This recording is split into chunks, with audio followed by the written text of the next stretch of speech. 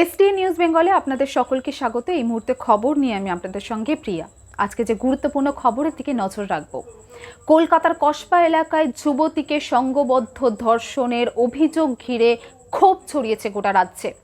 ঘটনার পর তদন্তে যেমন গতি এনেছে পুলিশ, তেমনি রাস্তায় নেমেছে বিভিন্ন ছাত্র সংগঠন সহ বিভিন্ন রাজনৈতিক দল।